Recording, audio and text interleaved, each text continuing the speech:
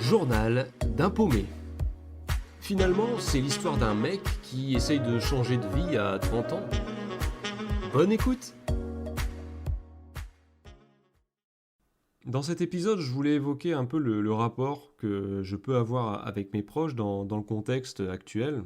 Pour le rappeler, en fait, au moment où j'enregistre cet épisode, ça va bientôt faire 1 an que ma disponibilité a commencé. Après avoir travaillé plusieurs années dans la fonction publique, j'ai décidé d'en partir parce que je ne m'épanouissais tellement pas dans ce métier que je ne pouvais pas m'y projeter pour les prochaines années. Et je crois qu'à partir du moment où on est tellement malheureux dans son travail, eh ben, on a envie de faire quelque chose qui nous épanouit beaucoup plus, quoi, pour éviter d'avoir des regrets plus tard aussi. Donc je me suis mis en disponibilité pour me consacrer à la comédie, parce que jusqu'à présent, je ne faisais que du théâtre à côté, etc. Sauf que quand j'ai décidé de prendre ma disponibilité, j'ai préféré rester discret concernant mon nouveau projet professionnel. En fait, il faut savoir que même là, ce podcast où je relate un peu là mon cheminement, eh bien, j'en ai pas parlé autour de moi, ou alors vraiment à quelques personnes qui étaient déjà au courant en amont du projet en question. Mais sinon, je fais aucune pub pour ce podcast, bien sûr.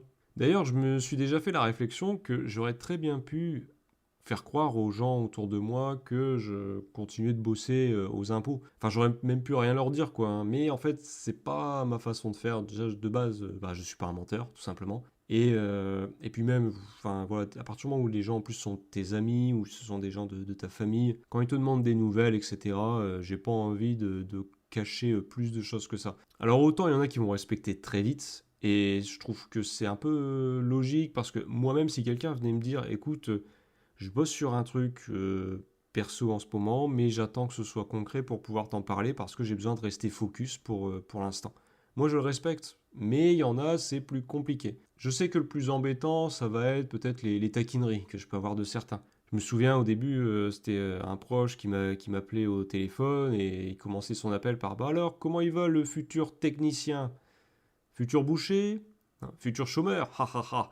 Voilà, ça c'était lui en train de rire à sa propre blague. Il m'a tout fait, hein, même Coco Dancer, machin. Alors au début ça peut être marrant, après ça devient assez vite lourd, mais bon, ça passe au-dessus. Ou même les gens quand ils viennent vers moi et qui me demandent alors, ça avance ton projet secret? Je sais que c'est pas méchant et c'est aussi sympa des fois de demander des nouvelles, mais ça me met pas trop à l'aise quand les gens autour vont commencer à vouloir me questionner, investiguer sur le sujet en fait. Surtout que ça m'est déjà arrivé que ce soit fait devant des autres personnes que je ne connais pas ou pas plus que ça, où du coup on leur dit ah oui bah il veut pas nous dire ce qu'il fait hein. Et du coup les personnes qui ne me connaissent pas et que je connais pas sont intriguées et elles aussi elles se mettent à vouloir savoir. Enfin ça m'arrive de vraiment pas être à l'aise dans ce genre de situation.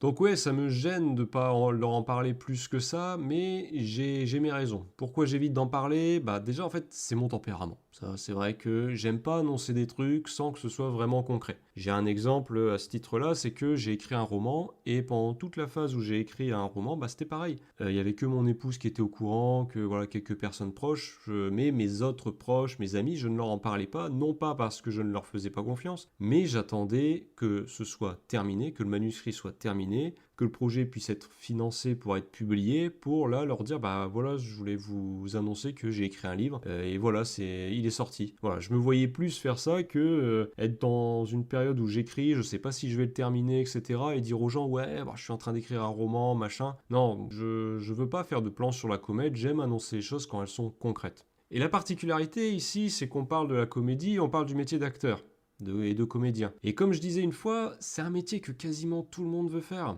On a plein d'artistes auto-proclamés, et ça, j'ai pas envie d'y être associé en fait. Je préfère faire mes preuves de mon côté avant de pouvoir dire bah oui en fait je suis comédien ou je suis acteur parce que voilà jusqu'à présent j'ai pu faire ça, ça, ça, etc. Parce que il y a des métiers, enfin la plupart des métiers, hein, comme celui de médecin, à partir du moment où tu as un diplôme qui te permet d'affirmer que tu es médecin, bon ben voilà, c'est bon, tu peux le dire. Pour comédien, acteur, il y a plein de gens sans formation qui se disent comédien et acteur. Ils vont pas faire de théâtre, hein, juste ils vont amuser la galerie pendant les repas de famille, auprès des copains, ou des fois même juste rien du tout. Non, en eux, ils disent ah ouais, je voudrais être comédien, oh, je suis comédien, alors que en fait ils n'ont jamais suivi de formation plus que ça, quoi. Et quand on va parler de ça avec eux, ils vont sortir des phrases comme oui, mais moi, le théâtre, c'est tous les jours, hein, ma vie est une pièce de théâtre. Enfin, toutes ces phrases un peu toutes faites que les gens sortent et Enfin bref, beaucoup en fait, on se rend compte, ils idéalisent le métier, ils veulent juste la lumière sur eux, le succès qui peut suivre, etc. Je trouve par exemple qu'aux États-Unis, les études de comédie sont beaucoup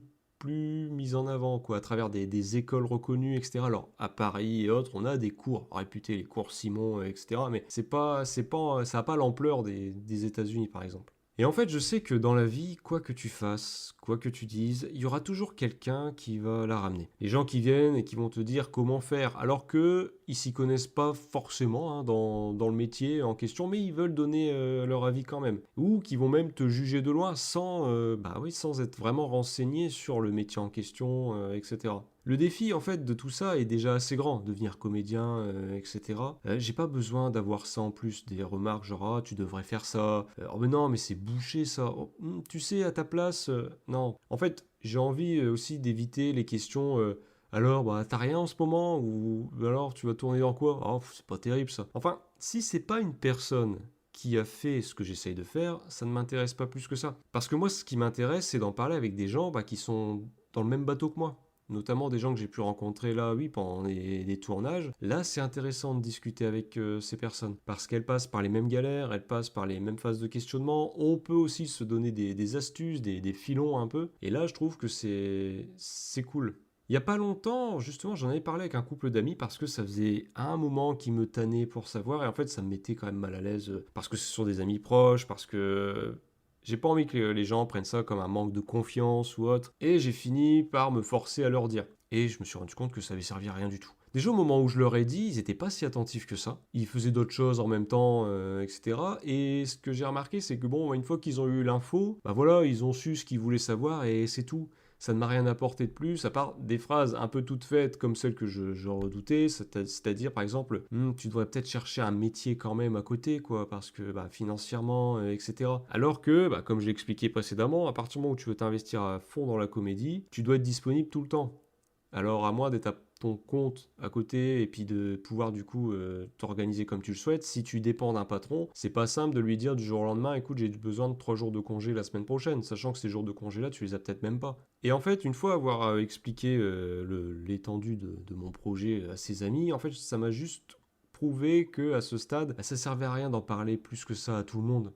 Concernant les gens qui sont au courant, c'est pas toujours simple non plus, hein, parce que oui, des proches, des parents vont naturellement aussi se faire du souci, parce que bon, tu leur annonces que tu passes d'une vie professionnelle dans la fonction publique où tu peux avoir un avenir tracé sans problème, à une vie un peu de troubadour et d'incertitude, bon ça peut créer du souci. Et je sais que oui, c'est déjà arrivé que les premiers tournages que j'avais, c'était des tournages étudiants. J'étais content d'annoncer que, ah bah tiens, j'ai été pris pour un tournage, etc. Mais c'est étudiant, et la remarque que j'avais, c'était, ah oui, mais ouais, du coup, c'est pas payé, quoi. Et c'est bête, mais c'est un peu le genre de phrase qui casse dans l'élan. Et puis, c'est toujours plus impactant quand ça vient de proches, des proches qui vont dire qu'ils n'y croient pas, etc. Ça va être plus impactant que un mec lambda dans la rue que je connais ni d'Adam ni d'Ève. Bon, il peut me dire ce qu'il veut, ça me passe au-dessus, quoi. Mais j'ai remarqué, ce sont des remarques qui peuvent vite se faire, par exemple, même pour le jeu de rôle, parce que je m'investis pas mal pour le jeu de rôle, à créer des scénarios, des cartes, etc., à animer des parties. Le peu que j'en parle avec des gens autour de moi, enfin, surtout des gens de la famille, ce qui va revenir en premier comme question, c'est ah ouais, mais ça paye pas aussi. Enfin, je me suis rendu compte, et c'est même au niveau de l'écriture, quand j'ai écrit mon bouquin, les questions que beaucoup de gens me posaient, c'était même pas ah tiens, ça parle de quoi et alors tes inspirations, t'as eu, je sais pas, des films, des lectures, ou tiens, ça t'a pris combien de temps à écrire? Et ben non, en fait, 8 questions sur 10, ça se résumait à ah, t'en as vendu combien?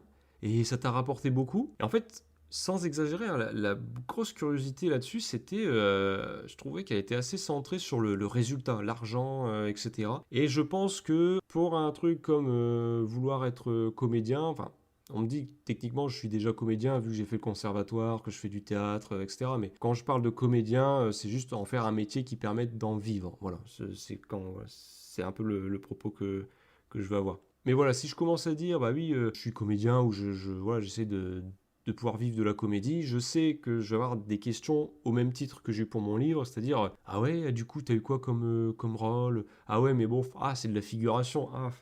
Ah oui, mais c'est un tournage bénévole. Ah, t'as tourné dans ce film-là? Et ça a été payé combien? Parce que je trouve que selon certains métiers, les gens se trouvent plus légitimes à vouloir savoir, à vouloir te demander combien ça te rapporte. Alors que dans le cas inverse, si tu leur demandais, tiens, et toi, ça t'a rapporté combien ce mois-ci?